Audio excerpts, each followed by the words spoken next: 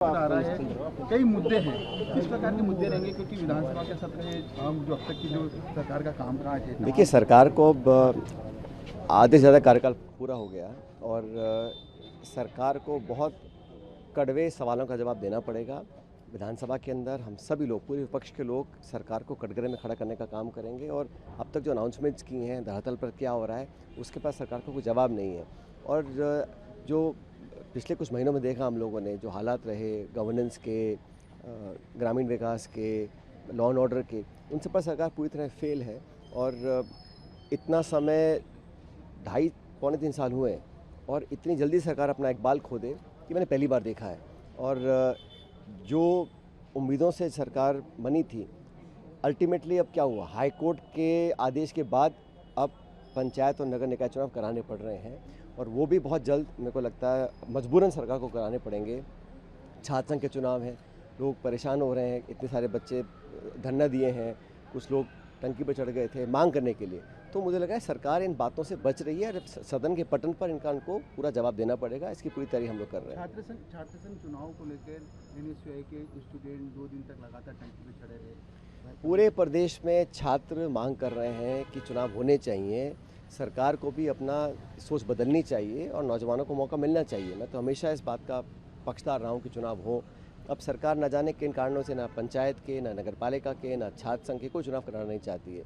इसलिए ये कहीं ना कहीं डर रहे हैं कि जनता का जो आक्रोश है वो मतदान के बाद पता पड़ेगा। डर के सरकार बैकफुट पर है, लेकिन मजबूरन हाईकोर्ट के आदेश के बाद आज चुनाव कराने पड़ रहे हैं पंचायत के, नगर निकाय के, और छात्र संघ चुनाव भी सरकार को कराने चाहिए। प्रधानमंत्री जी की कल एक वीडियो रात को सामने आया जिसमें वो बच्चों को घटनाक्रम हुआ, उसके लिए जो अपशब्द बोले थे उसके लिए माफ़ करने की बात करते हैं। देखिए, बार बार वीडियो बनाए वो अलग बात है, लेकिन जिस प्रकार से लोगों के अंदर एक विश्वास पैदा होना चाहिए व्यवस्था को लेकर, उसमें कहीं कमी है। और जो बिल पारित हुआ है वो ठीक है, लेकिन इम्प्लीमेंट कैसे कर पाते हैं, उसके लिए क्या ट्रांसपेरेंसी है। और मुझे बड़ा खेद हुआ कि जब शिक्षा मंत्री ने इस्तीफा दिया, उसके बाद जब वो संसद में गए तो सारे भाजपा के सांसदों ने उनका इतना सत्कार, नारेबाजी, उनका इतना आदर कर रहे थे जैसे उन्होंने बहुत बड़ा कोई किला फतेह कर लिया हो। मजबूरन इतने बच्चे आत्महत्या कर रहे, उसके बाद दबाव बना, पूरे देश का दबाव बना।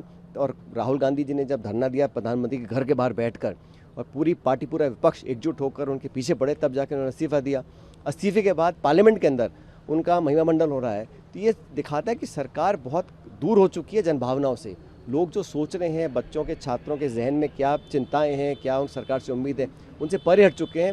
बार बार वीडियो बनाकर, बिल पारित कर विश्वास नहीं जीता जाएगा। इस प्रकार का जो काम हुआ धर्मेंद्र प्रधान के इस्तीफे के बाद, जो पार्लियामेंट में उनका आदर सत्कार किया जा रहा था, जैसे उन्होंने बहुत बड़ा कोई बड़ी अचीवमेंट पाली हो, ये दिखाता है कि सरकार जो वास्तविकता से बहुत दूर हो चुकी है।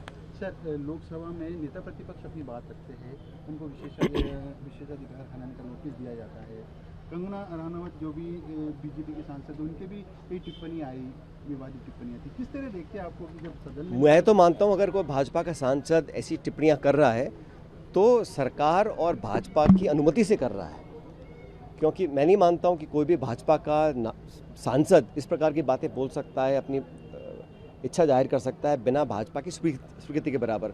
और सरकार भाजपा की अगर यही नीति नियत है तो जनता के सामने एक्सपोज हो चुके हैं।